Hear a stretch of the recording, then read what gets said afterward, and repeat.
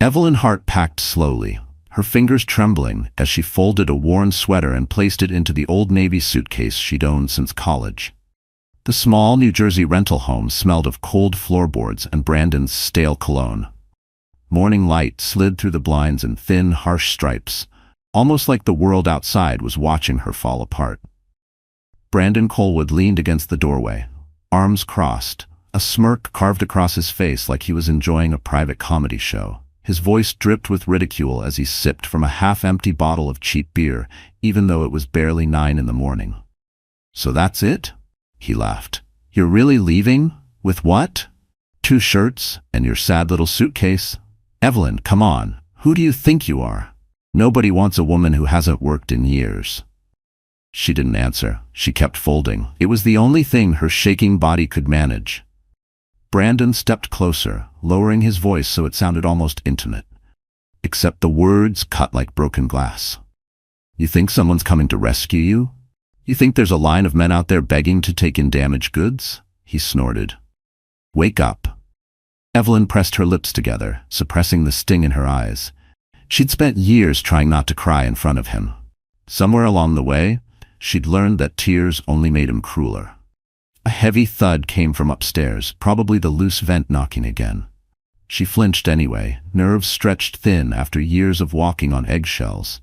She zipped her second bag, the noise loud in the tense silence. Brandon laughed even harder. "Look at you. You can't even pack right. You leave your charger behind every time we travel. Honestly, it's embarrassing. You're embarrassing." Her stomach twisted, but she kept moving. She reached under the bed for the binder she'd hidden weeks ago. Documents, emails, screenshots, proof of things she never wanted to believe. Brandon's eyes narrowed when he saw it in her hands. "What's that?" he snapped. "Nothing that belongs to you," she said quietly. His jaw tightened. "You better not be planning anything stupid. Remember whose name is on this house. Remember who pays the bills. You're nothing without me, Evelyn. Nothing." She swallowed hard. For the first time, she didn't feel fear. She felt something else, something small, fragile, but growing. Resolve. She lifted her suitcase. It was heavier than she expected. Maybe because this was the moment she'd secretly rehearsed for years. Maybe because every step felt like walking out of a burning building barefoot, trying not to scream. The neighbor's dog barked outside, followed by muffled voices. Someone slammed a car door. Life was happening everywhere, except inside this house where time seemed frozen. Brandon scoffed. "Go ahead, leave. I'll enjoy watching you crawl back." But he didn't know what she knew. He didn't know what she'd discovered in his hidden emails. He didn't know she had already sent one message last night, to the only man in her past powerful enough to destroy every lie Brandon ever built. As Evelyn walked toward the door, a faint rumble trembled in the distance, so soft she thought she imagined it. But that sound was about to change everything. For a long time, Evelyn Hart believed love was something you earned by sacrificing pieces of yourself, quietly, gradually, without anyone noticing the parts that disappeared. She once lived in Manhattan, waking before sunrise to catch the early train, heels clicking across the marble floors of a Park Avenue lobby. She remembered those mornings clearly, coffee in one hand, MacBook in the other, heart full of ambition. She was good at her job. Everyone said she had a gift. Even Alexander Reeves himself once told her she had a mind built for building empires. And then she met Brandon. Back then, he wasn't the man he would become. He was charming in his ordinary way, handsome, funny, grateful for her attention. He said she worked too hard. He said she deserved a softer life. He said he could give her the kind of love money couldn't buy. She chose warmth over ambition. She chose him. And slowly the world she knew shrank. It started small. He complained about her late hours. He said it was hard for him when she wasn't home to cook dinner. He said her career made him feel less like a man. Evelyn didn't want him to feel inferior, so she eased up. She stopped staying late. She turned down a promotion she had been secretly praying for. One night, he came home angry because she missed his friend's birthday dinner. "I don't want a wife who cares more about spreadsheets than me," he said. And she heard fear in his voice, fear of losing her. So she apologized, even though she had done nothing wrong. The next week, she submitted her resignation. The first 6 months at home weren't terrible. She slept better. She cooked more. She and Brandon had long conversations on the couch, the kind where you think you're building something real. She told herself it was a peaceful life. She told herself she didn't miss Manhattan. But the peace didn't last. With every passing month, Brandon's tone shifted. He started calling her lucky to have him pay the rent, even though they used her savings to secure the lease. He began checking her phone. He criticized the way she folded laundry. He complained that she didn't dress up anymore, though he never took her anywhere. He rolled his eyes when she tried offering ideas for his job at the dealership, and every time she grew quiet, he grew louder. You don't understand how the real world works. You should be grateful I'm taking care of you. You wouldn't survive a week without me. She believed him for far longer than she should have. The isolation crept in like fog. Evelyn stopped meeting her old coworkers for lunch because Brandon didn't like them. She stopped calling distant relatives because he said they judged him. She let go of networking contacts because she thought she'd never need them again. Her world collapsed from the height of skyscrapers to the limits of a 2-bedroom rental with peeling paint. But the worst part wasn't the insults or the control or even the loneliness.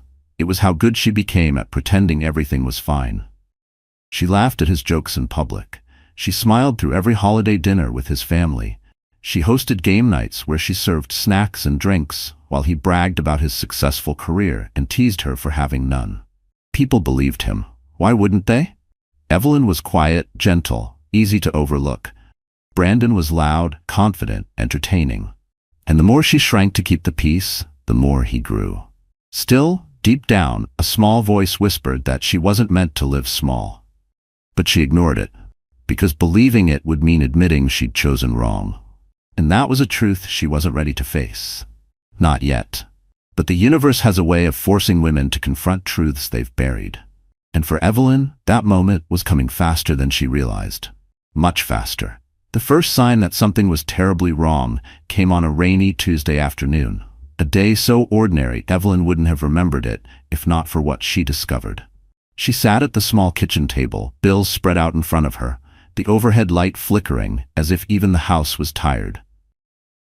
Rain tapped against the window in soft, irritated rhythms while Brandon blasted sports commentary from the living room.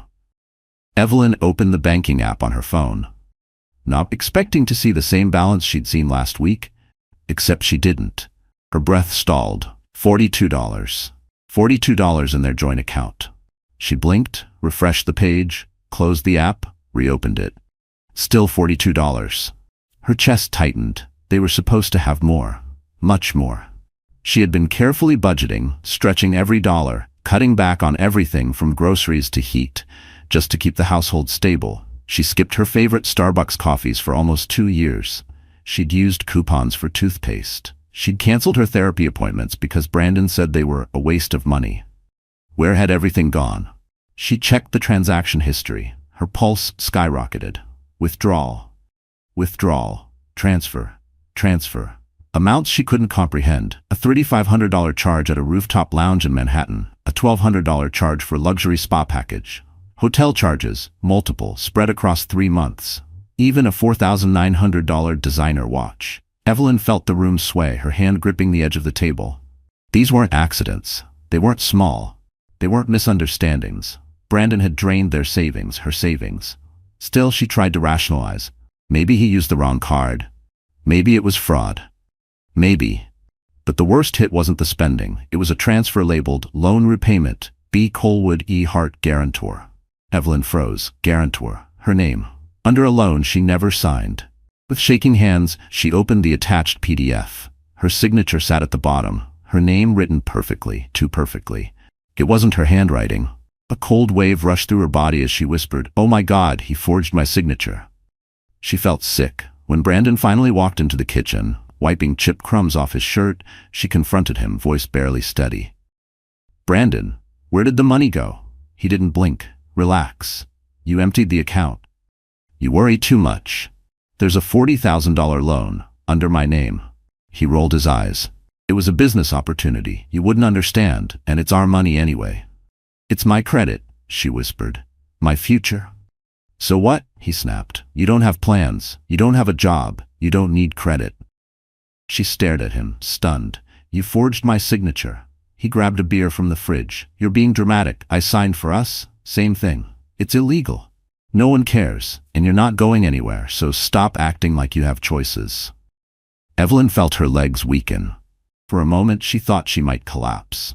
She grasped the counter to stay upright. Brandon walked away, completely unfazed. Later that night, when he fell asleep on the couch, she returned to the documents. Her heart hammered as she flipped through pages. The loan wasn't the only thing. He'd taken out 3 lines of credit, all tied to her social security number. The total debt under her name exceeded $78,000. If she left him now, if she divorced him, if she stepped out of his shadow, she would be crushed under all of it. This wasn't just betrayal. It was entrapment, financial, emotional, psychological, a cage dressed as marriage. For the first time, Evelyn truly understood. Brandon didn't want a wife. He wanted ownership. And if she didn't move soon, smartly, quietly, he would destroy everything she had left. But fate was already moving faster than either of them knew. Much faster. The night Evelyn discovered the truth about Brandon's affair didn't begin with suspicion. It began with exhaustion. Raw, bone-deep exhaustion. She had spent the afternoon silently crying in the bathroom after uncovering the forged loan documents.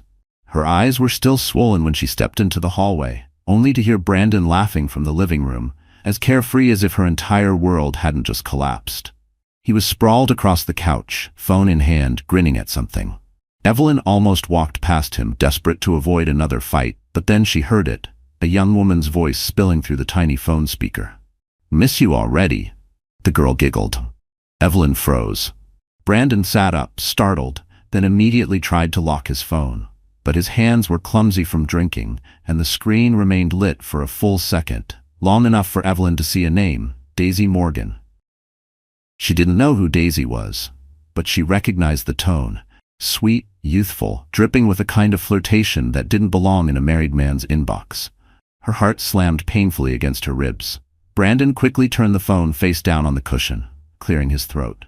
"It's a coworker. Calm down. She said she misses you," Evelyn whispered. He scoffed.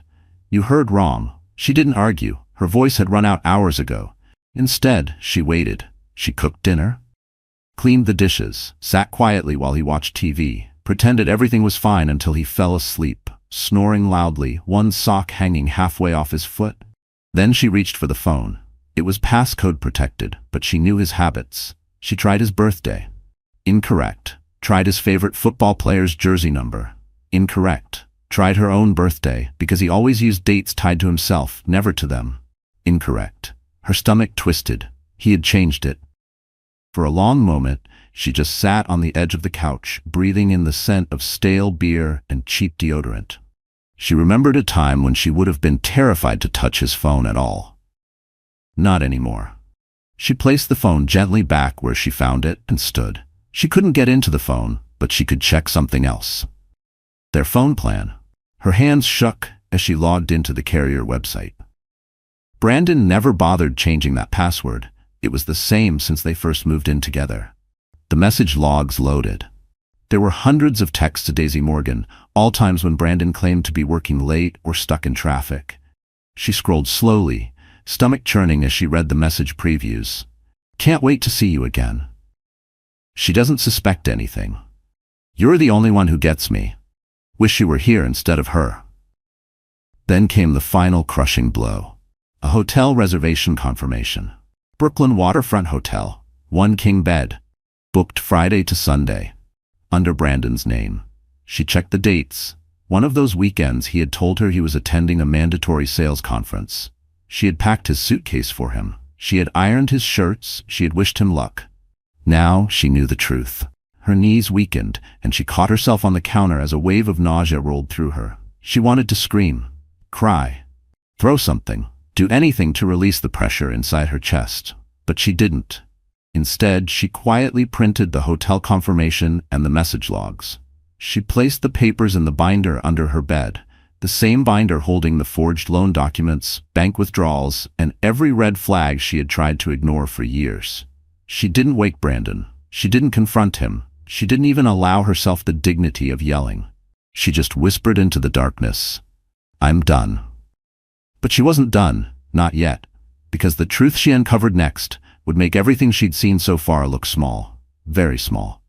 The morning after discovering Brandon's web of lies, Evelyn woke with a pounding headache, not from lack of sleep, but from the kind of heaviness that settles in a woman's bones after years of enduring what she never deserved. She moved quietly around the kitchen, preparing coffee she knew she wouldn't drink.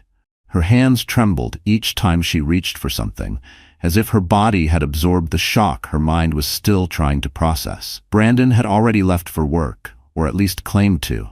His cologne lingered in the hallway like a mocking echo. Evelyn wished the house felt bigger without him, but instead it felt suffocating. Every corner held a memory of how small she had made herself to keep him from erupting. She was rinsing a mug when a knock rattled the front door. Startled, she froze. Hardly anyone ever visited her. Brandon didn't allow guests, not really. Even her sister had stopped dropping by after he made her uncomfortable one Christmas Eve. Another knock, gentler this time. Evelyn wiped her hands and opened the door. There stood Mrs. Nancy Porter, her elderly next-door neighbor. Nancy was in her early 70s, hair curled neatly, cardigan buttoned up despite the warm breeze. She held a small plate covered with foil and a look in her eyes Evelyn couldn't decipher. "Good morning, dear," Nancy said softly. "I baked some banana bread. Thought you might want a slice." Evelyn blinked. She couldn't remember the last time someone brought her anything. "Thank you," she whispered, voice uneven. "You didn't have to." Nancy stepped closer, lowering her voice. "Evelyn, honey, may I come in for a moment?" Evelyn hesitated, then nodded. Nancy stepped inside, scanning the room the way a mother might when checking on a child she worried about. She set the plate on the counter, then turned to Evelyn with a sigh. "Sweetheart," she began, "I've lived in this neighborhood for 35 years. I've seen a lot, and I've heard a lot." She paused. "Including the things your husband says to you." A lump formed in Evelyn's throat. It's not." "It is," Nancy said gently but firmly. "And you don't have to lie to protect that man." Evelyn felt tears prick her eyes. "I'm not." "I know," Nancy said, "and that's why I need to show you something." She reached into her purse and pulled out a small USB drive. Evelyn stared at it, confused. "What is that?" Nancy exhaled, shoulders sinking with the weight of what she was about to reveal. "I've recorded things for months." She looked down, ashamed. "I didn't know if I should step in. I didn't know if it was my place. But I heard him yelling. I heard the names he called you. I heard things no husband should ever say. And I was afraid he'd escalate." Evelyn's heart thudded painfully. "You recorded him?" "Yes, not from inside your home. Only what carried through the walls or when he shouted on the porch. I know it sounds intrusive, but I was terrified something might happen to you." Nancy's voice cracked. "I couldn't just do nothing." Evelyn covered her mouth with her hand. Shock, grief, and something like gratitude flooded her all at once. Nancy continued, gentler now. "I've saved every file. Dates, timestamps, 27 recordings. Women's shelters told me they often can't help without evidence, so I made sure you'd have some." Evelyn felt her legs weaken. She sat down at the table. Nancy placed the USB in her hand, closing Evelyn's fingers around it. "This isn't just noise, sweetheart," Nancy whispered. "It's proof. Proof of what you've endured. Proof you're not imagining things. Proof he's dangerous." Evelyn stared down at the tiny device, the first piece of real protection she had held in years. Nancy placed a comforting hand on her shoulder. "You're stronger than you know. And you're not alone. Not anymore." Evelyn didn't trust her voice, but she nodded. Because deep down, she knew this small USB drive would soon become the crack that shattered Brandon's entire world. Evelyn waited until Brandon left the house that evening before she sat down at the kitchen table again. USB drive beside her, laptop open. Sunset cast a dull orange glow through the blinds, turning the cluttered room into a stage where she had no choice but to face the truth. Her heart thudded painfully as she clicked into the banking dashboard again, determined to understand the full extent of the damage. But nothing could have prepared her for what she found next. The first page of transactions looked familiar. The withdrawals, the hotel charges, the expensive gifts he had bought for Daisy. Those alone made her stomach twist. But then she saw something new. A flagged notice. It flashed yellow across the top of the page. Account under review. Suspicious activity detected. Her breath hitched. She clicked the notification. A list expanded. 6 items. 5 of the flags were labeled signature mismatch. 1 was labeled possible identity falsification. She felt cold. Brandon hadn't just taken out loans. He had attempted even more and failed, only because a bank employee noticed something off. She pulled up the PDFs from each flagged application. Her name appeared on all of them. Her signature forged again and again, sloppy in some places, frighteningly accurate in others. He even listed her as an independent investor with a fake annual income. Evelyn's hands shook so violently she almost dropped the laptop. This wasn't a husband who overspent. This was a husband who planned to bury her financially until she had no way out. A faint buzzing filled her ears as panic wrapped around her chest. She stood from the table, pacing the cramped kitchen, trying to steady her breathing. Her therapist once taught her techniques for reducing anxiety, back when she still had insurance, but she hadn't practiced them in years. In through the nose, out slowly, but the more she breathed, the worse it felt. Her future. Every dream, every possibility hung suspended over a cliff Brandon had dug under her feet. And then her phone buzzed, a text message.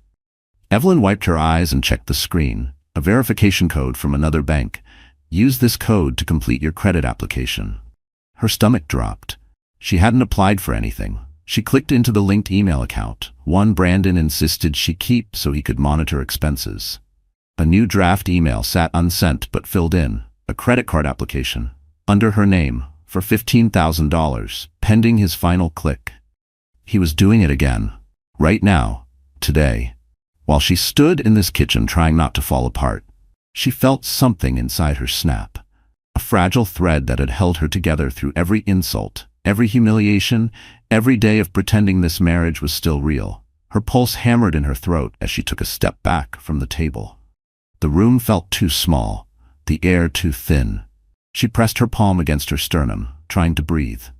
And then she heard a faint sound. A soft knock at the door. Her breath caught. She froze, staring at the wooden frame as if it were a threat. It knocked again, gentler. "Evelyn?" It was Nancy's voice. "Sweetheart, are you home?" Relief washed through her so fast her knees buckled. She hurried to the door and opened it. Nancy stood with a flashlight and a concerned frown. "Your lights flickered again," she said quietly. "I just wanted to make sure you're okay." Evelyn nodded, unable to speak. Nancy stepped closer. "You look pale, dear. Did something else happen?" Evelyn didn't want to burden the older woman, but she couldn't hold it anymore. Her voice cracked as she whispered, "He's still forging my name." Nancy's expression shifted, not shocked, but furious. "Then you need help. Real help." Evelyn tightened her grip on the doorframe. "I don't have anyone." Nancy squeezed her arm. "Yes, you do. And you need to reach out before this gets worse."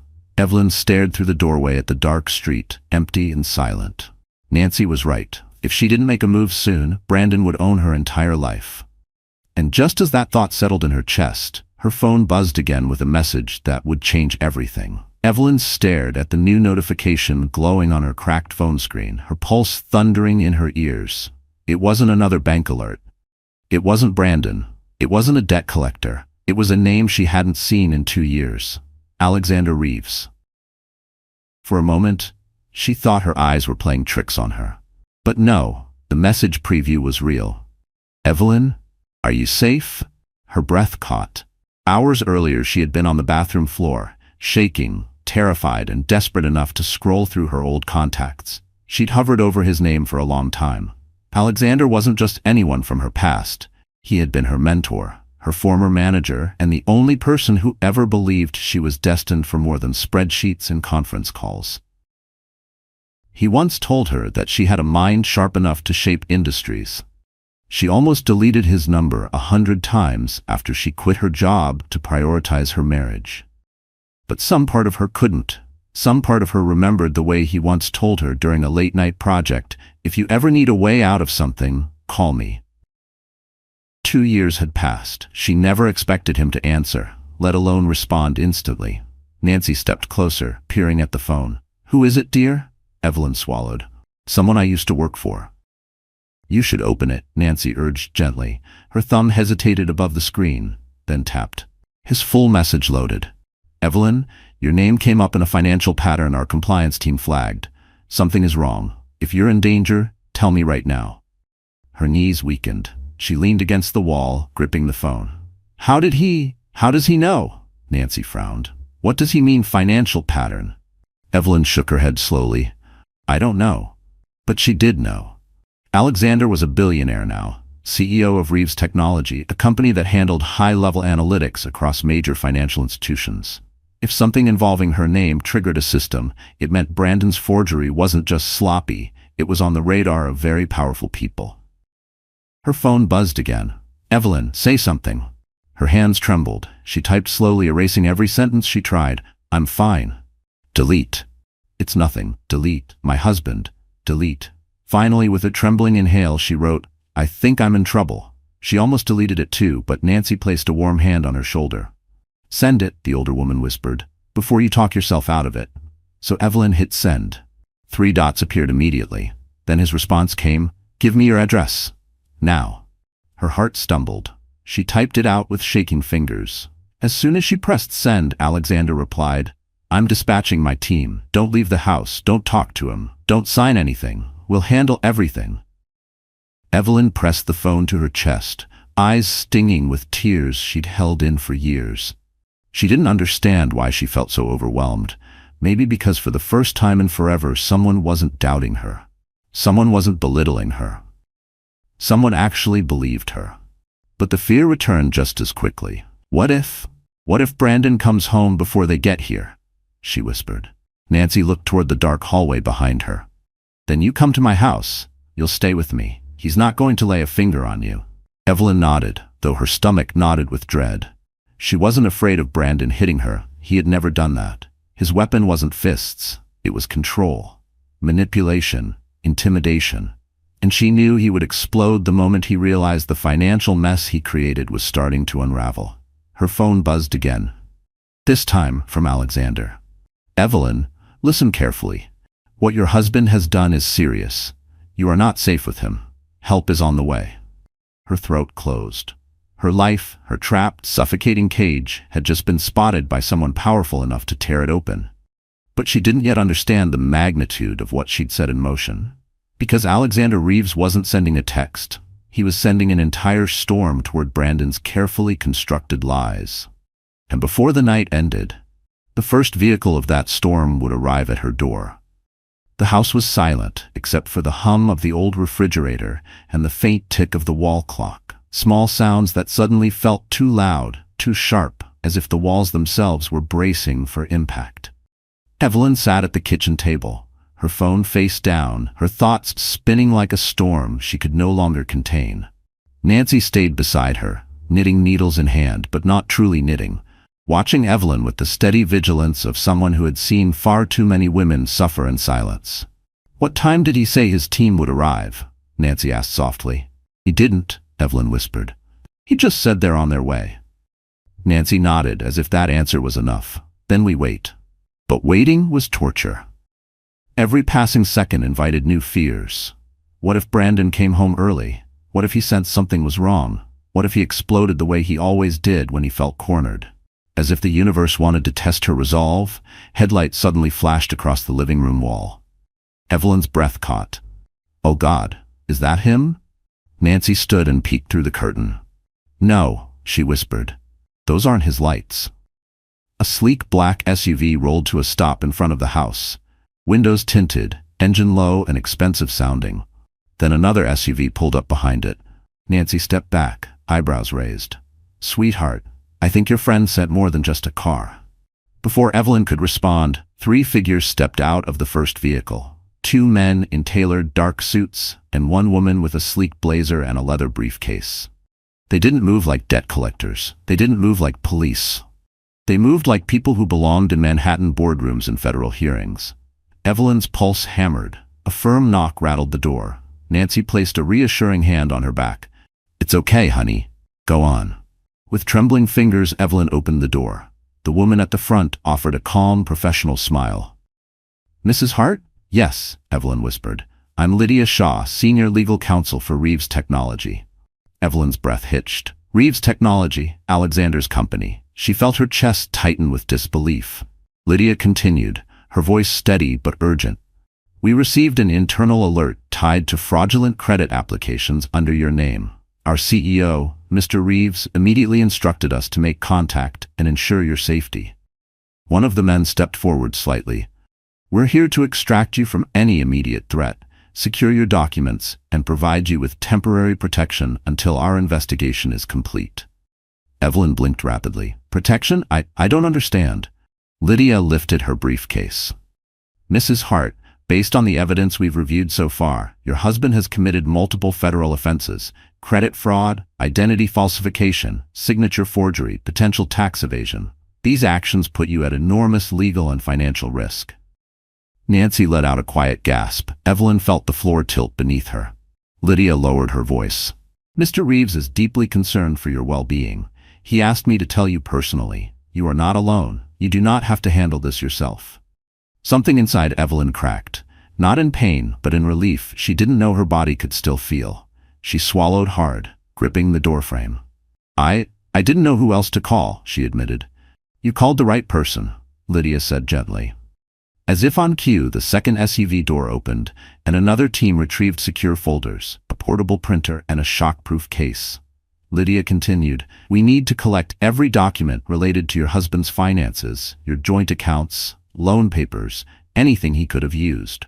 Once we have it, we'll move you to a protected location. Evelyn's voice trembled.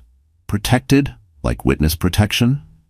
In a way, Lydia said. Your husband may react unpredictably when he realizes his actions are being investigated. Our priority is your safety. Nancy let out a proud little huff. I told you someone needed to step in. But Evelyn wasn't fully listening anymore, because for the first time in years, she felt something she thought she lost forever. A lifeline, not a rescue, a chance. Lydia opened her briefcase. Mrs. Hart, shall we begin? Evelyn inhaled shakily, then nodded. The storm had arrived on her doorstep, and Brandon had no idea. A hurricane was forming with his name on every page. The plaza's grand ballroom shimmered beneath 1,000 crystal lights, every chandelier glowing like suspended galaxies. Velvet drapes framed panoramic windows overlooking Central Park, and a soft symphony floated through the air, violins warming up for the charity gala that would gather New York's most influential figures. It was elegance, wealth, power, and a test Evelyn never imagined she'd face. She stood before the floor-length mirror in her suite, heart thundering. The deep sapphire gown hugged her waist, its satin fabric flowing like water each time she took a breath. A stylist, one of Alexander's, had created soft waves through her dark hair, pinned just enough to reveal her neckline. Ma'am, the stylist whispered, stepping back, you look like someone who survived a storm and learned to command the sky afterward. Evelyn swallowed hard. Compliments still felt foreign. A knock. Then Alexander's voice. Evelyn, we're almost ready. Her pulse jumped. He entered, dressed in a black tuxedo, sharp lines, understated elegance, a confidence so subtle it radiated more than any spotlight could. His eyes lifted, and the moment he saw her, he froze.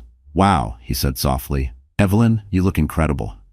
Heat rose in her cheeks. She glanced away, unsure how to hold the weight of his gaze. I wasn't sure I could pull this off. His expression softened. You didn't pull it off, you owned it. They arrived at the gala in a sleek Mercedes S-Class, escorted past velvet ropes and camera flashes. People turned, whispered. Not because she was with Alexander, he always caused a stir, but because there was something magnetic about the woman at his side, something quietly powerful. Inside, the ballroom buzzed with conversation. CEOs, philanthropists, journalists, politicians. Crystal glasses clinked. Waiters passed trays of champagne. A photographer snapped a photo of Alexander with Evelyn before either could protest. She tensed, but Alexander placed a reassuring hand at her back. Tonight isn't about publicity. It's about you standing in a room you were always meant to belong in. She nodded, though nerves fluttered like trapped birds inside her chest. They moved through the crowd, accepting greetings. Many people recognized Alexander. Some recognized Evelyn from the viral clip. They offered her soft smiles, sympathetic nods, encouragement she didn't expect. Then someone else entered the ballroom, someone who wasn't invited. Brandon. He wore an ill-fitting suit, hair combed too aggressively, desperation clinging to him like sweat. His eyes scanned the room until they landed on Evelyn, radiant, confident, alive. His jaw tightened. Rage twisted across his face. He charged forward. Alexander sensed the shift in the room before Evelyn did. His hand slid protectively to her waist. "Stay close to me," he murmured. Brandon shoved past a server, nearly knocking over a tray of champagne. People gasped. A security guard stepped forward, but Brandon pushed ahead. "Evelyn!" he barked. Every head turned. Evelyn's breath caught. Brandon reached them, face flushed, eyes wild. "How dare you show your face here with him?" Alexander stepped between them instantly. "You need to leave." "Shut up," Brandon snapped. "This is between me and my wife." Alexander corrected coolly. "And she doesn't want to speak to you," Brandon sneered. "She's using you. All of this is an act. She stole my files, my accounts. She's manipulating you." Evelyn felt the old instinct, to shrink, to lower her gaze, to apologize for something she didn't do. Her hands trembled, her throat tightened. But then she saw her reflection in a nearby mirror. The gown, the poise, the woman she was becoming. She stepped out from behind Alexander. Brandon blinked. He wasn't expecting that. Her voice was calm. "You forged my signature. You drained my savings. You cheated on me. You tried to destroy my future. You hurt me in every way a man can hurt a woman without leaving a bruise." Whispers rippled across the ballroom. Brandon's face twisted. That's not." "And now the authorities know," she continued. "Your company knows. Your mistress knows. The whole internet knows." Alexander stood proudly behind her, silent and strong. Brandon sputtered. "You can't do this to me." She met his gaze with a steady calm that shook him more than anger ever could. "I didn't do this to you," she said softly. "You did it to yourself." Security stepped forward. "Sir, you need to leave." Brandon lunged, one last desperate grasp for control. But someone grabbed his arm, a soft, bitter voice. "Don't touch her." Brandon spun. Daisy. Her eyes were cold, her expression hollowed by consequences she didn't think would find her. And then she said the words that shattered him. "I told the investigators everything." Brandon's face drained of color. Security seized him, dragging him toward the exit as cameras flashed, capturing the fall of a man who thought he could bury the woman he underestimated. Evelyn watched him go, not with hatred, with closure. Real, irreversible closure. And Alexander whispered in her ear, "Welcome back to your life, Evelyn." The ballroom slowly dissolved behind Evelyn as she stepped onto the wide terrace overlooking Central Park. The night air was cool, carrying the scent of distant rain and the faint hum of the city below. Soft lights traced the terrace railings, casting a warm golden glow across the stone floor. Inside, the gala continued, music swelling, glasses clinking. But out here, everything felt still. Her hands trembled, not from fear, but from the flood of emotions she had kept locked up for years. Brandon being dragged out, Daisy turning against him, the whispers, the cameras. It was all too much. She leaned against the railing and closed her eyes, taking a shaky breath. "I thought I'd find you here." Evelyn opened her eyes. Alexander stood a few feet away, coat draped over his arm, bow tie slightly loosened from the chaos earlier. His expression was soft, gentle in a way that made her feel seen, not scrutinized. "Are you okay?" he asked. She let out a breath she didn't know she was holding. "I think so. Just overwhelmed." "That was a lot," he agreed. "But you handled yourself better than most CEOs I've seen in crisis." She smiled faintly. "I wasn't trying to be strong. I just couldn't let him define me anymore." Alexander stepped closer, but not too close, leaving her space, as always. "You took back your voice tonight." Evelyn looked out over the city lights. "For years, I thought if I stayed quiet, things would get better. That if I was patient, he'd change. That if I worked harder, he'd love me the way I needed." Alexander's jaw tightened slightly. "You were surviving." "Barely." Her voice wavered. "I lost myself in him." "You found yourself again," he said, "piece by piece." She looked up at him then, truly looked. Under the terrace lights, he didn't appear like a billionaire CEO or the man who rescued her in a helicopter. He looked like a man carrying deep understanding, maybe even admiration for the woman standing before him. "Alexander," she began, unsure of her next words. But before she could continue, the terrace door burst open. Evelyn's heart plummeted. Brandon, freed from security somehow, disheveled, eyes bloodshot with rage and humiliation. No more designer arrogance, just a desperate man drowning in consequences he never expected. "Evelyn!" he roared, voice cracking. Alexander immediately stepped between them. How did you get up here? Brandon ignored him entirely, eyes locked on Evelyn. You think you can ruin me? You think you can walk away after everything I gave you? Evelyn straightened her back. You didn't give me anything. You took everything. Brandon's face twisted. I made you who you are. No, she said quietly. You made me smaller than who I was. Alexander's voice turned deadly calm. Security is on their way. But Brandon lunged forward anyway.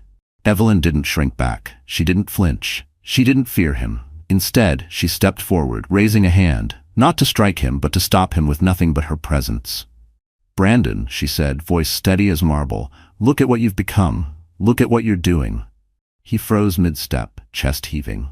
You lied. You cheated. You stole my identity. You tried to ruin my future, and now the world knows. Her voice softened, not with pity, but with finality. This is the part where you accept that the consequences belong to you. Brandon's breath stuttered, fury shifting into something emptier. Something defeated. You were supposed to be mine, he whispered. I was never yours to break, she replied. Security flooded onto the terrace. Brandon didn't fight this time. He just stared at her, hollow, before being led away for good. The door closed. Silence settled. Evelyn's legs nearly gave out, but Alexander reached her just in time, steady hands catching her elbows. It's over, he murmured. A tear slipped down her cheek. She didn't wipe it away. I didn't know I had that strength in me, she whispered. Alexander smiled, slow, reverent. You had it all along. The wind swept her hair gently as she exhaled, the kind of breath that belongs to someone stepping into a new life. The city sparkled beneath them, a world reborn, and she finally understood. She hadn't just survived Brandon. She had defeated him, not with revenge, not with cruelty, but with truth. Pure, undeniable truth. And next came the life she deserved. 2 days after the gala, after Brandon was removed from the premises and formally taken into custody for questioning, Evelyn found herself in the passenger seat of Alexander's SUV. The city faded behind them, skyscrapers shrinking into the horizon as the vehicle swept along the highway toward the coast. Trees lined the winding road, sun filtering through branches like soft gold. Evelyn watched the shifting landscape quietly, her hands folded in her lap. Where are we going? She asked, though the calm in her voice surprised even her. Alexander glanced over, a small smile tugging at his lips. Someplace peaceful, somewhere your past can't reach you. She felt warmth gather in her chest. Is this business related? No, he said, voice gentler than she'd ever heard it. This is for you. The air changed as they entered the Hamptons, fresh, salty, carrying whispers of ocean waves even miles before the water came into view. Grand homes appeared behind carefully trimmed hedges, sprawling lawns, white fences glowing in the sunlight. But Alexander didn't stop at any of the mansions. He drove farther, to a quiet shoreline where dunes rolled like soft hills, and a wooden house stood against the horizon, painted a calm shade of pale gray. It wasn't extravagant. It wasn't intimidating. It looked safe. Evelyn exhaled shakily. Is this yours? It's a refuge, he said. I bought it years ago, but I only come when I need clarity. I thought you might need some too. She turned to him, eyes glistening. You keep doing that. What? Seeing me. Her voice cracked. Even when I don't know how to be seen. He didn't reply. Instead, he led her toward the house. The scent of seagrass and cedar drifted around them. Inside, the rooms were warm and welcoming. Beige linens, soft rugs, a fireplace waiting for flame. Large windows framed the ocean, waves kissing the shore in slow, steady rhythms. Evelyn stepped to the glass, fingertips brushing the cool surface. It's beautiful. You're safe here, Alexander said quietly behind her. She turned. He stood only a few feet away, hands in his pockets, expression unreadable but full of something heavy, admiration, worry, longing. Evelyn, he said softly, you've been fighting for months, maybe years. You don't have to be strong here. Her throat tightened. What if I don't know how to stop fighting? Then let me help you remember. He didn't reach for her. He didn't force closeness. He just stood there, steady, patient, someone who understood the fragility beneath her strength. She walked to the couch and sat, pulling her knees up slightly. Alexander lit the fireplace, then joined her at a polite distance. The warmth glowed across her skin, loosening knots inside her chest she didn't know she'd been carrying. After a long silence, Evelyn spoke. I used to imagine a life like this, quiet, peaceful, Somewhere I didn't have to apologize for taking up space. You never should have apologized for existing, Alexander said. Not to him, not to anyone. Her eyes fell to her hands. I wasted years. No, he countered gently. You survived years, and you came out with more strength than anyone had the right to expect. Tears slipped down her cheeks, not of pain but release. Alexander reached into a drawer and handed her a small leather notebook. This is where I write ideas, he said. Dreams. Reminders. Maybe it's time you wrote yours. She traced the cover with trembling fingers. Dreams, she whispered. I forgot I used to have those. He gave a soft smile. Start with one. She opened the notebook. The first page was blank, pure white, waiting. I want a life where I'm respected, she said. Another tear. I want work that matters. A breath. I want peace. A pause. And maybe... She looked at him. Someone who truly cares. Alexander held her gaze, eyes reflecting the flicker of the fire. You deserve all of that, he said quietly, and more. The ocean crashed softly outside, steady and forgiving. Evelyn felt her heart open just an inch wider, just enough to let something new in. But she didn't know that her next words would change everything between them. The sun was beginning to set over the Hamptons coastline, painting the sky in soft streaks of rose gold and lavender. The ocean outside Alexander's quiet refuge house rolled in gentle waves, as if the world itself had taken a deep, calming breath. Evelyn stood near the window, wrapped in a light sweater he'd found for her, the warmth of the fireplace brushing her back. She felt lighter.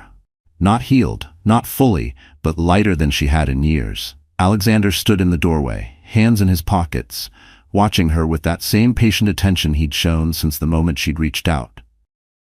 What were you about to say earlier? He asked gently. Evelyn hesitated, fingers tracing the edge of the notebook he'd given her. I'm not sure, she said honestly. Or maybe I'm just scared to say it. He stepped forward, but only halfway, giving her room. You don't have to be scared of me. I know, she whispered, and she did. Deeply. She turned toward him fully. I spent so many years twisting myself into someone else's idea of a wife, someone small, silent, grateful for scraps of affection. I don't even know how to want something real. Alexander's expression softened. You already do. You're just learning to say it out loud. Her breath trembled. I want a life where I'm not afraid, a life where my voice matters, where I can grow instead of shrink. You will, he said. You already are. And maybe, she paused again, gathering courage like fragile glass in her hands. Maybe I want to share that life with someone who sees me for who I am, who doesn't want to control me, who doesn't break me when I'm vulnerable. He took a slow, measured step closer. Evelyn. Her heart pounded. I'm not asking for anything now, she said quickly. I'm not ready. I know that, but I need you to know that. Tears welled in her eyes. You gave me back my voice, my work, my safety, my sense of worth. And I don't know if that's love or just the beginning of something. But it's real. Silence. Heavy, tender, electric. Alexander's jaw tightened, not with frustration but with emotion he was clearly trying to hold steady. He reached out slowly, giving her time to move, to choose. She didn't move away. He brushed a single tear from her cheek with the back of his fingers. Evelyn, I've admired your strength since the day you walked into my office years ago with your ideas and your stubborn brilliance. But now, after everything you've survived, he shook his head softly. I don't want your gratitude. I don't want your dependency. I want your truth. Whatever it is, whatever it becomes. Her breath caught. And if that truth becomes you? A faint smile touched his lips, warm, disarming. Then I'll be here, when you're ready. Her chest tightened, but not painfully, beautifully, like a heart learning to beat again. He stepped back, not pushing, not demanding, just giving space. And somehow that made her step forward. Alexander, she whispered, taking his hand gently, thank you for not rushing me, for not expecting anything, for letting me choose. He lifted her hand to his lips but didn't kiss it, just held it there, close. Choice is something you were denied for too long. Now it belongs to you again. A soft knock echoed from the entrance. One of Alexander's assistants stood there. Sir, the DA's office just called. They filed charges. Brandon is being held without bail. Evelyn inhaled sharply. Justice, not vengeance. Not anger. Justice. It didn't erase the past, but it freed her future. When the assistant left, Evelyn leaned against the doorway, letting the weight of it settle. Tears slipped down her face, this time not from fear, but relief. "It's over," she whispered. Alexander moved beside her, close enough for warmth, but not possession. "It's the end of one story," he said softly, "and the beginning of whatever you choose next." Evelyn turned to him. The ocean wind brushed through the open window, carrying a sense of possibility she'd never imagined she'd feel again. "I choose me," she said firmly. "And when you're ready," he replied, voice warm enough to melt the last shards of her old life, "I hope you'll choose more." She smiled, really smiled. For the first time in years, the future wasn't something to fear. It was something to build, something to embrace, something she might even share with a man who had shown her what respect and love truly looked like. As the last rays of sunlight kissed the water, Evelyn closed her eyes and breathed deeply. Her story wasn't ending, it was finally beginning.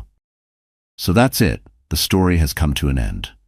And if you are still here, listening until this very moment, then something in Evelyn's journey must have touched your heart in a way only truth can. Maybe you saw a piece of yourself in her silence, or in her courage. Maybe you've survived something you never talked about.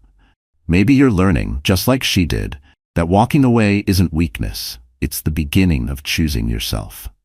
The Stoics used to say, you have power over your mind, not outside events.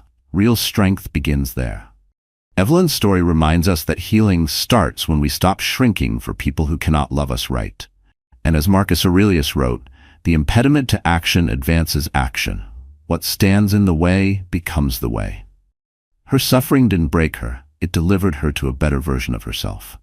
So, my wonderful friend watching this, if her story stirred something in you, don't ignore it. You deserve peace, you deserve respect, you deserve a life where your voice matters.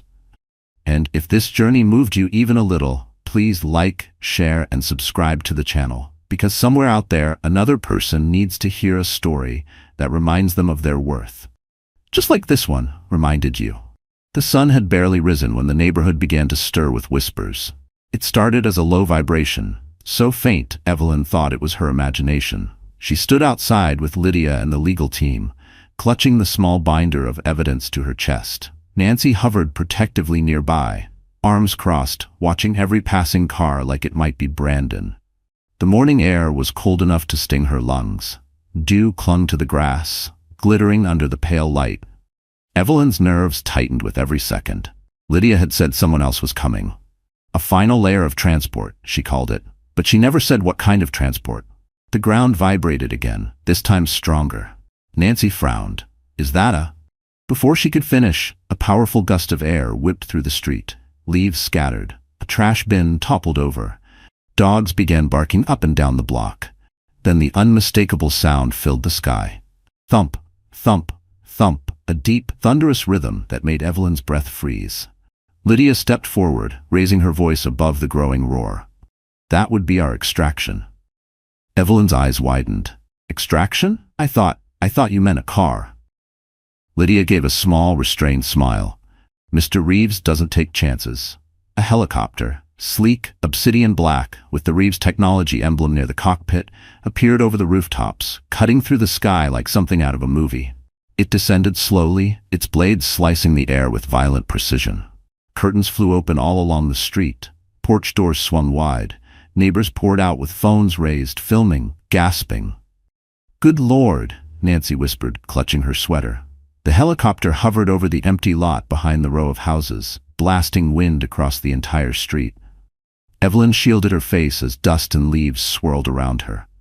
The rotors thundered louder, rattling windows, shaking the ground. People gathered along the sidewalks, wide-eyed, whispering, recording. Is that for her? Who is she? What's happening? She leaving her husband? Is that a billionaire's helicopter? And then, there he was. The side door slid open, and Alexander Reeves stepped out. He didn't look like a billionaire stepping off a private aircraft. He looked like a man with a mission. Dark suit, white shirt, no tie. His expression focused, controlled. But the second his eyes landed on Evelyn, everything in his posture softened. Evelyn felt her breath catch in her throat. He leapt down from the helicopter stairs as if the whipping wind didn't touch him. 2 security agents followed, scanning the area with practiced precision. Lydia stepped aside, allowing him a clear path. Alexander approached her slowly, the noise around them dimming in Evelyn's ears until all she could hear was her own heartbeat. "Evelyn," he said, voice steady despite the chaos, "you're safe now." Safe. The word cracked something open inside her, but Brandon's voice cut through the moment like a blade. "What the hell is going on?" He stormed out of the house wearing yesterday's wrinkled shirt, hair sticking up, eyes wild with confusion. Cameras whipped toward him instantly. Alexander didn't flinch. He simply stepped in front of Evelyn, shielding her without even thinking. Lydia turned sharply. "Mr. Colwood, please stay back." Brandon ignored her completely.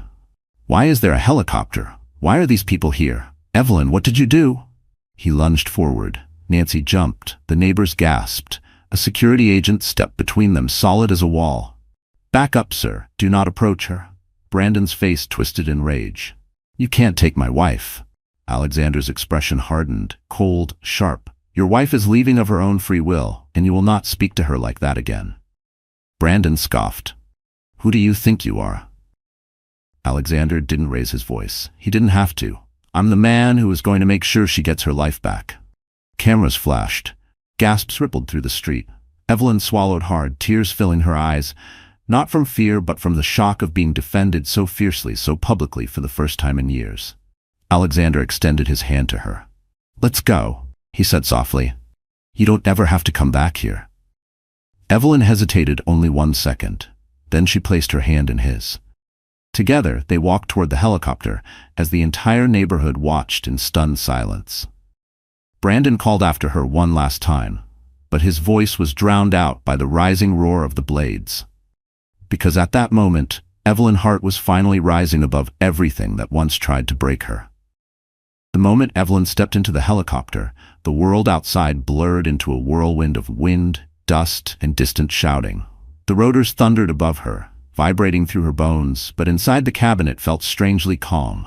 Dim lights, leather seats, the faint scent of cedar and jet fuel. A place built for decisions far bigger than the life she'd been living. Alexander followed her in, closing the door behind them. The noise outside muffled instantly, leaving only a low hum. He gave a brief nod to the pilot, then turned toward her with an expression she hadn't seen in years. Concern, real concern, not the performative kind Brandon used when it benefited him. "Sit," he said gently, guiding her toward one of the seats. "You're shaking." She hadn't realized she was. Her hands trembled uncontrollably as she fastened the belt, breath shallow. Everything happening felt impossible, like she'd stepped out of her life and into someone else's movie. Alexander knelt in front of her, lowering himself to eye level. He didn't touch her, but his presence was grounding, like gravity shifting back into place. "You did the right thing calling me." Tears gathered in her eyes. "I didn't know if you'd even remember me." He inhaled softly, almost offended by the idea. "Evelyn, I could never forget you." The helicopter lifted off the ground, rising above the tiny New Jersey neighborhood that had been her cage. Evelyn glanced out the window. The street grew smaller, the houses shrinking into little squares. She saw Brandon on the pavement, looking up, shouting something that was swallowed by the roar of the blades. It was the first time she'd ever seen him look powerless, and the sight stunned her. Alexander followed her gaze. "He won't be able to touch you again," he said quietly. "Not financially, not legally, not emotionally." She swallowed hard. "He forged my name on so many things. I don't know how to fix any of it. That's why we're here." His voice was calm, unwavering. "My legal team is already pulling the full history of every account tied to your name. They'll trace every forged document. You won't carry his debt. You won't carry his crimes." Evelyn closed her eyes, letting the words sink in. Freedom felt foreign, like a language she once knew but hadn't spoken in years. He continued, softer now. "You never should have been in that house, not with a man who used your loyalty as leverage." She opened her eyes, meeting his. "Why did you come yourself? You could have just sent someone." Alexander held her gaze for a long moment, because when someone like you reaches out, you show up. That's what decent people do. Her breath caught. No one had said anything like that to her in so long. The helicopter veered left, Manhattan's skyline emerging through the morning haze, glass towers catching the sunrise, the city pulsing with life. It looked like a memory she'd buried, now rising from the fog. "You're taking me to the city?" she asked. For now, he said, you'll be staying in one of my secured penthouses, temporary until we sort everything out. A penthouse? She echoed, overwhelmed. He gave a faint smile. Think of it as a safe place to breathe. Evelyn exhaled shakily. The skyline shimmered underneath them, a glittering reminder of the life she once dreamed of, and the person she once was, a person she might still be. Alexander stood and sat across from her, fastening his own belt. Once we land, we'll go over everything at your pace. No pressure, no rush. What if I fall apart? She whispered. His eyes softened. Then you fall apart, and we'll help you stand back up. The helicopter cut through the clouds toward Manhattan, sunlight reflecting off its windows. Down below, Brandon's world was crumbling. Up here, Evelyn's was finally beginning, and fate was about to give her far more than freedom. It was preparing her for a comeback no one, especially Brandon, ever saw coming.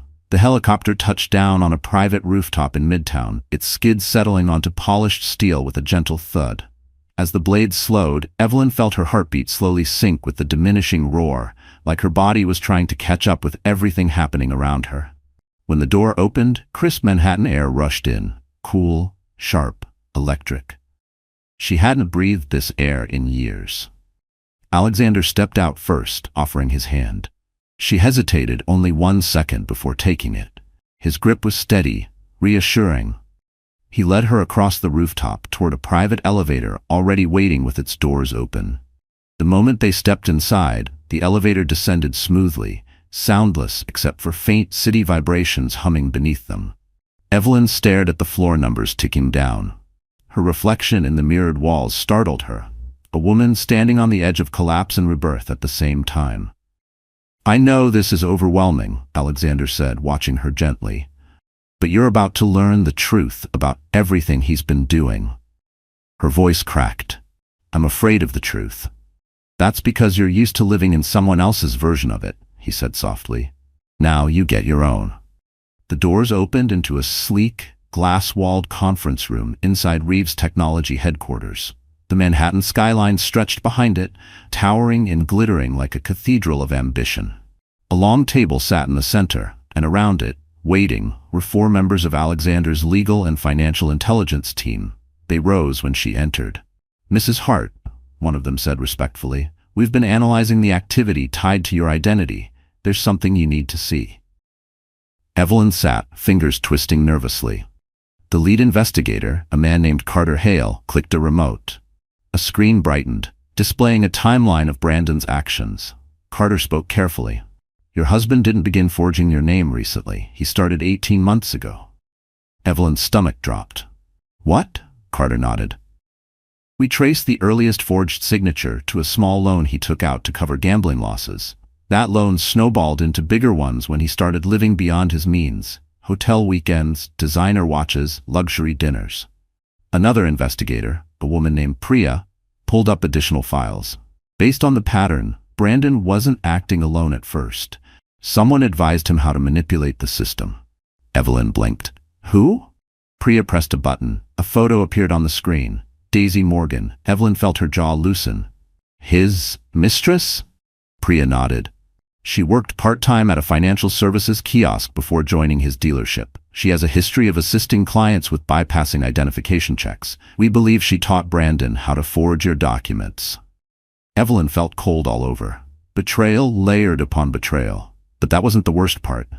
Carter clicked again, revealing another screen highlighting red flags. Mr. Colwood didn't just forge loans. He attempted to create an offshore account under your name. Evelyn's breath halted. Why? What for? Alexander leaned forward, voice low but controlled. To prepare for divorce. Silence stabbed the room.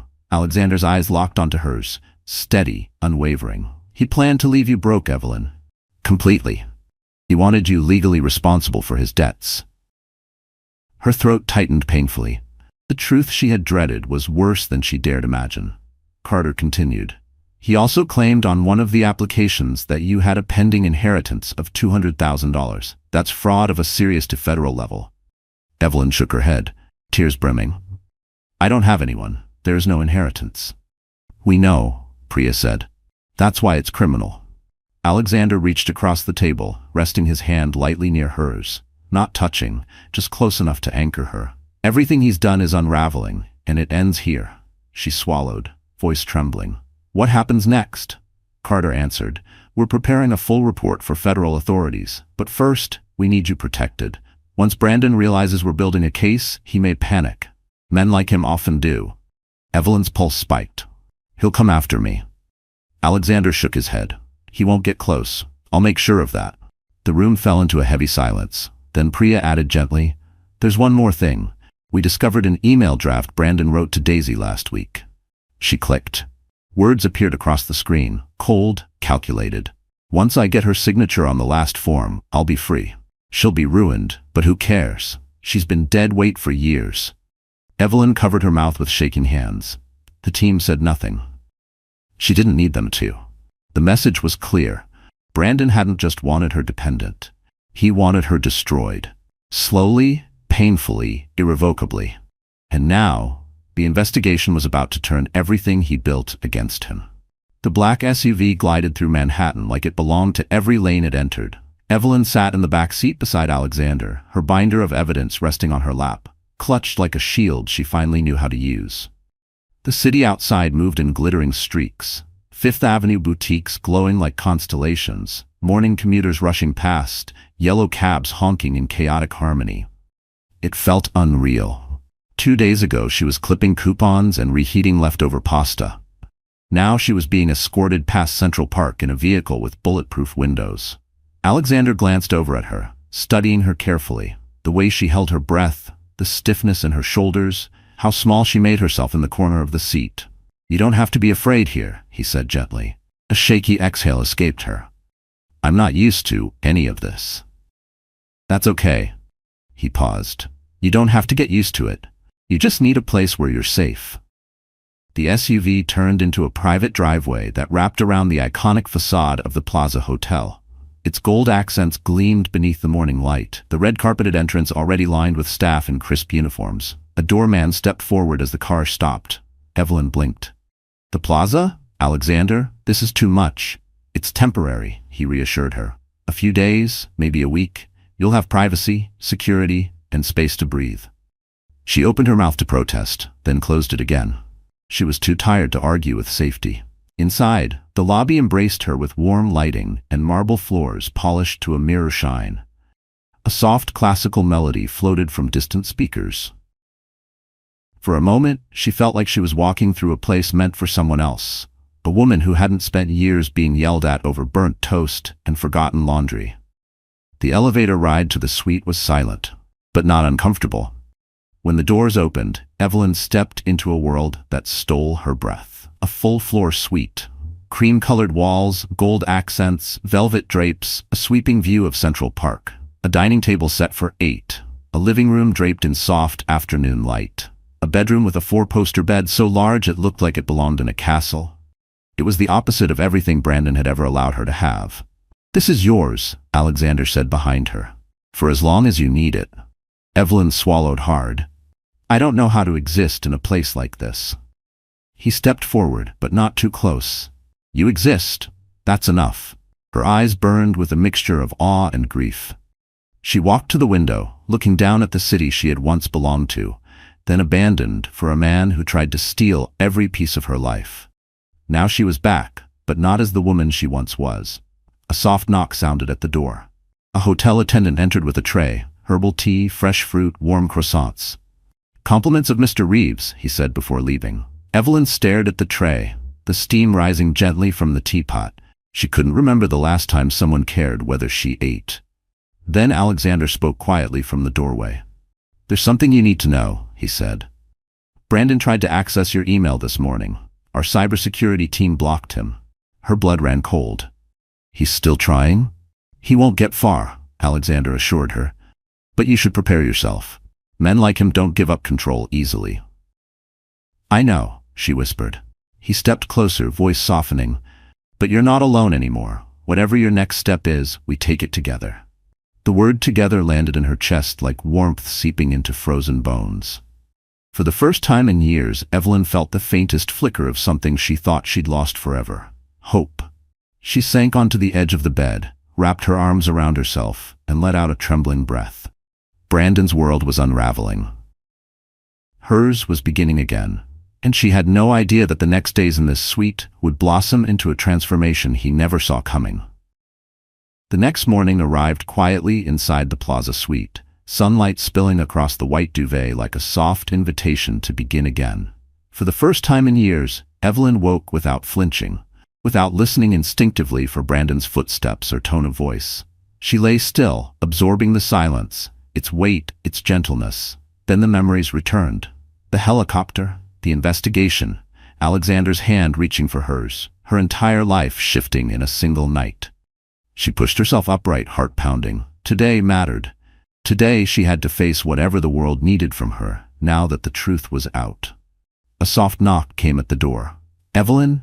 Alexander's voice carried through gently, never intrusive. "May I come in?" She hesitated, old habits, but then said, "Yes." He entered, dressed in a crisp navy suit, holding a slim MacBook Pro and a stack of printed files. He wasn't smiling, exactly, but there was something warm in his eyes, a steadiness that felt strangely like home. "I thought," he said, placing the items on the small dining table, "it might be time to let you see what you can still do." She blinked. "You mean work?" "I mean," he corrected softly, "remind yourself who you were before someone convinced you to shrink." Her stomach tightened with something between dread and longing. He opened the laptop. A dashboard loaded, numbers, charts, financial patterns, her old world. The language she once spoke fluently. "I want your perspective on this company," he said, sliding a folder toward her. "A small retail brand. They're drowning. But I think they have potential." She shook her head. "Alexander, I haven't worked in 2 years. And," he pulled out a chair for her, "talent doesn't evaporate, it waits." Her breath trembled, but she sat. At first her fingers hovered uncertainly over the trackpad. She clicked one tab, then another. Her heartbeat synced with the rhythm of shifting data. She leaned closer. Her mind began to make connections, patterns she used to detect instantly. She didn't even realize she was working until Alexander spoke. "Evelyn," he murmured, "you're glowing." Heat rose to her cheeks. She hadn't heard that word, not sincerely, in years. She cleared her throat. "Their overhead is killing them. Their supply chain is inefficient, and their marketing is a mess. But they do have loyal repeat customers." Her mind accelerated, old instincts taking over. If they streamline their distribution and pivot toward digital, they could triple their retention rate. Alexander's lips curved slowly. "That's what I thought." She looked up sharply. "You already knew?" "I wanted to see if you still had the instinct." He leaned back, arms crossed, admiration unmistakable. "You do." A warm shock ran through her chest. She hadn't realized how badly she needed someone, anyone, to acknowledge her ability again. "All right," he said, tapping the folder. "Then we'll call this your first consulting assignment, if you want it." Evelyn swallowed hard. "If I want it?" "Alexander, I don't even know who I am anymore." He met her eyes carefully. "Then let's rediscover her, one step at a time." She looked back at the screen, its glowing graphs reflecting against her face. She recognized the feeling rising inside her, strength. The kind that had been smothered under Brandon's voice for years. She whispered, almost to herself, "I remember this part of me." "Good," he said softly, "because the world needs her back." Her phone buzzed suddenly, an email from the legal team. She opened it, a document attached, a draft of her formal separation from Brandon, and a note, "We have enough evidence to protect you. You're ready when you are." Her chest tightened. The past and future collided inside her like two storms meeting. She looked at Alexander. He was watching her with unshakable calm. "You don't have to sign today," he said. "You don't have to decide anything today. Just know you have options now. Real ones." Evelyn nodded slowly, gripping the edge of the laptop. She wasn't just safe. She was capable, valuable, alive. And as she stared at the rising skyline outside the window, she felt something shift inside her, the quiet, powerful rebirth of a woman who had been underestimated for far too long.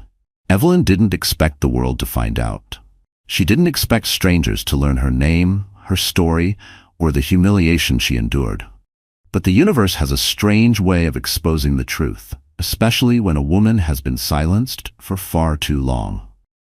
It began on a quiet Tuesday afternoon. She was in the Plaza suite, reviewing documents for her first consulting assignment. Alexander had stepped out for a meeting, leaving her with Earl Grey tea, soft classical music, and, unexpectedly, peace. For the first time in years, her mind felt sharp, focused. She almost forgot how good it felt to be competent. Then her phone dinged. A message from Nancy. "Sweetheart, are you seeing what's happening online?" Evelyn frowned and opened Twitter. The first thing she saw was a video with more than 300,000 views. Title: Wife tries to leave abusive husband and a billionaire comes to get her. Her stomach dropped. She clicked. The video opened with the rumbling sound of the helicopter descending over the quiet suburban street. Neighbors could be heard shouting in shock. Dust flew everywhere. The camera panned shakily toward her front porch. Toward her, standing with her suitcase, hair whipping around her face. Then Brandon appeared in the frame, disheveled and screaming. "What the hell is going on? Evelyn, get inside! Now!" The crowd gasped in the background. Evelyn felt her throat tighten as she watched herself on screen. Small, scared, but standing her ground. Then the helicopter door opened. Alexander stepped out, calm, controlled, handsome in a way that radiated authority. Someone in the video yelled, "Oh my God, that's Alexander Reeves!" The comments below exploded. But the video wasn't done. It caught Brandon trying to shove past security, screaming, "You can't take my wife! She's nothing without me!" Even through the grainy footage, the cruelty in his voice was unmistakable. Evelyn felt physically sick. Then came the moment that made social media erupt. Alexander stepping in front of her, protecting her with nothing but his body and a steady glare. And his voice, captured perfectly. "Your wife is leaving on her own. Don't speak to her like that again." The final shot was Evelyn taking Alexander's hand, walking toward the helicopter as the entire neighborhood watched. The clip ended. The view count ticked upward by the second. Evelyn's hand covered her mouth as she scrolled through thousands of comments. She deserves better. This man risked his life savings and her credit? Arrest him. That billionaire showed more love in a minute than her husband did in years. I hope she wins everything in the divorce. Some comments dissected Brandon's behavior. Others praised Alexander. Many simply said, "Run, Evelyn, run." Her chest tightened, emotions crashing everywhere. Humiliation, disbelief, relief, gratitude. Then the news headlines started rolling in. Local man melts down as wife is escorted by Reeves tech helicopter. Abusive husband exposed in viral video. Is Alexander Reeves rescuing a former employee? Her hands shook. This wasn't just a video, it was a wildfire. The phone buzzed again, this time with a call from Lydia, the lead attorney. "Evelyn, don't panic," Lydia said immediately. "The video works in your favor." "How?" "Everyone knows. Everyone's watching." "Exactly," Lydia replied. "Public opinion is on your side. More importantly, several financial institutions reached out after seeing your name trending. They're now cooperating with our investigation." Evelyn blinked. "You mean I'm credible?" "You were always credible," Lydia said. "But now the world sees it too." Tears welled in Evelyn's eyes. After the call, she set the phone down and stared out the window at Central Park.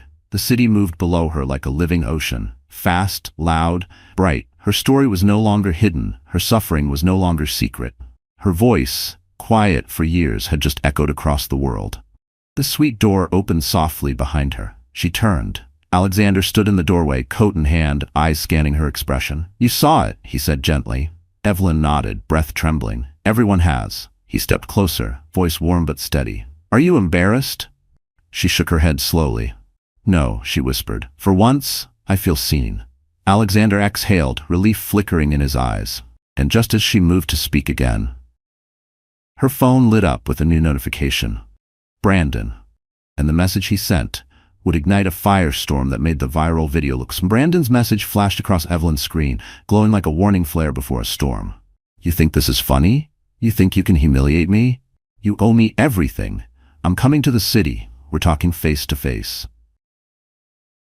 A chill bolted down her spine. She read it twice, 3 times. Each word felt like a claw reaching out of the past, trying to drag her back into the cage she had barely escaped. Alexander stepped closer, reading the tension on her face before she even turned the phone toward him. "He's threatening you," Alexander said, voice darkening. "He's furious because he lost control." Evelyn swallowed hard. He says he's coming here." Alexander took the phone from her gently. "He won't get within a block of this hotel. My security team is already aware of him. And with the video going viral, he's under more scrutiny than he realizes." But Brandon wasn't just furious. He was unraveling. While Evelyn stood safely inside the plaza, Brandon's world was collapsing piece by piece. At that same moment, in the New Jersey house Evelyn had fled, Brandon paced across the living room with frantic energy. His phone buzzed non-stop. Messages from coworkers, acquaintances, even strangers mocking him. One text read, "Dude, your wife left you for Alexander Reeves?" Another, "Brandon, this is bad. Management is freaking out." Then came the worst one, from his boss. "Come in, now." He drove to the dealership with reckless speed, paranoia clawing at his throat. Every red light felt like an attack. Every honk sounded like judgment. He hadn't slept, hadn't eaten, hadn't thought beyond anger and denial. By the time he reached the dealership, 3 managers and the regional supervisor were already waiting for him. "What the hell is going on, Brandon?" one demanded, tossing a printed screenshot of the viral video across the desk. Brandon's jaw clenched. "This is all fake. Evelyn manipulated the whole thing. The billionaire, The billionaire," another manager interrupted dryly, "is someone our company does business with, and you screamed at his former employee on camera while his staff was present. Do you understand how insane that looks?" The room fell silent. Then the regional supervisor spoke firmly. "You're suspended, indefinitely." The words hit him like a punch. "You can't suspend me," he snapped. "You embarrass the brand," the supervisor said, "and until we understand the legal situation, we can't have you representing us." Brandon's phone buzzed again. This time, the message was from Daisy. He opened it quickly, hoping, praying she would defend him, soothe him, choose him, but her message was short. "Don't contact me again. This is too much. I'm done." He froze. Then the second message came. "And my dad saw the video. He knows everything. He's furious. I'm leaving town for a while." Brandon's chest tightened, breath hitching in panic. His affair was gone. His coworkers laughed behind his back. His job was slipping. His wife, his possession, had broken free. And the entire internet was watching. He stormed out of the dealership, slamming the glass door so hard it echoed across the parking lot. Anger swirled into desperation, feeding the darkest part of him. He needed control. He needed to win. He needed Evelyn back under his thumb, or at least to force her to face him. He texted again. "I'm getting a lawyer. You won't get a penny from me." Another text seconds later. "If you don't come home, I'll make sure your life is over." Back in the plaza suite, Evelyn read each message with growing clarity, not fear. She looked at Alexander, voice trembling but firm. "He's losing everything." Alexander nodded slowly. "Yes, and that's what happens when men like him finally face the consequences of their choices." Tears gathered in her eyes, not because she felt sorry for Brandon, but because she realized something monumental. For the first time in years, she didn't feel small. She didn't feel helpless. She didn't feel alone. She looked out the window toward the skyline, a world she had once sacrificed, now waiting to take her back.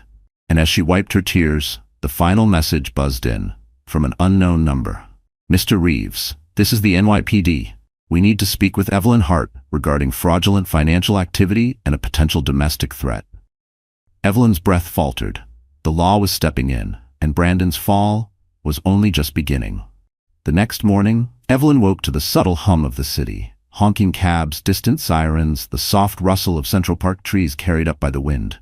She lay there for a moment, staring at the ceiling of the plaza suite, reminding herself this wasn't a dream. She was free, or at least taking the first real steps toward freedom. A knock sounded on the door. "Evelyn, it's Alexander. Are you awake?" She sat up quickly. "Yes, come in." He stepped inside, dressed in a charcoal suit, sleeves slightly rolled from the early commute, looking powerful without trying. But what struck her wasn't his presence, it was the warm expression he wore, one that said he trusted her. "Ready?" he asked. "For what?" she breathed, already nervous. "For your first strategy session. I need you with me in the boardroom today." Her stomach fluttered. "You need me?" he nodded firmly. "You have insights my team doesn't, and I want them to see that." Evelyn felt something rare warm her chest. Pride. But also fear. "What if I'm not ready?" "You are," he said. "You just don't remember how capable you are." An hour later, the elevator doors opened into the high-rise headquarters of Reeves Technology. The boardroom was a sweeping glass chamber overlooking Manhattan, the Hudson River glinting like silver, skyscrapers slicing the sky. Executives in tailored suits filled the room, murmuring to one another, shuffling documents. When they noticed Evelyn beside Alexander, the whispering paused. Alexander cleared his throat. "Everyone, this is Evelyn Hart. She'll be consulting with us." A few curious looks, a few polite nods, some skeptical glances. Evelyn's pulse hammered, but Alexander didn't move away from her. His presence was solid, grounding. He gestured for her to take the seat beside him, one typically reserved for a senior executive. A symbolic gesture, one that didn't go unnoticed. Carter, the financial investigator, stood at the front. "Today we're reviewing the failing lifestyle company you analyzed yesterday." Evelyn tensed. She hadn't realized he would share her notes. Carter clicked the remote. Graphs appeared on the large screen. Mrs. Hart identified 3 core issues: supply chain fragmentation, inefficient overhead allocation, and poor digital outreach. The executives murmured again, leaning forward. Alexander turned to her. "Evelyn, would you walk them through your recommendations?" Her breath caught. She froze. But then she met his eyes. He wasn't testing her. He believed in her. And a woman who has been believed in becomes dangerous, in the best way. Evelyn stood, smoothing her blazer with trembling hands. She faced the boardroom. The skyline glowed behind her like a crown. She took a deep breath. Then she spoke. At first her voice wavered, but as she moved through the data, charts, market gaps, strategic pivots, something shifted. Her tone steadied, her shoulders straightened, her confidence resurfaced like sunlight breaking through clouds. Executives began nodding. A few took notes. Carter smiled knowingly. By the time she finished, the room was silent. Then applause. Soft at first, then growing. Alexander's eyes didn't leave her. He wasn't smiling because she impressed the room. He looked proud because she remembered herself. One woman at the table raised her hand. "Mrs. Hart, have you ever considered returning to full-time strategy work? You're exceptionally strong." Evelyn inhaled sharply. Compliments had become foreign currency. "I haven't thought that far," Alexander interrupted, voice smooth. "She will think about it. For now, she's consulting exclusively with us." The woman nodded, impressed. As the meeting ended, executives approached Evelyn one by one, shaking her hand, complimenting her analysis, asking if she'd join future sessions. When the final person left, the room quieted. Manhattan glowed beyond the glass like a world reborn. Alexander stepped closer. "I told you," he said softly. "Your talent never left." Emotion tightened her throat.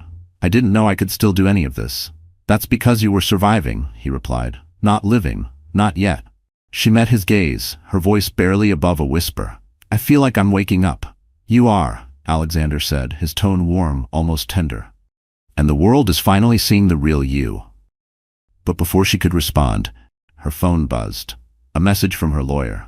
"Brandon has officially filed a legal complaint to stop the separation.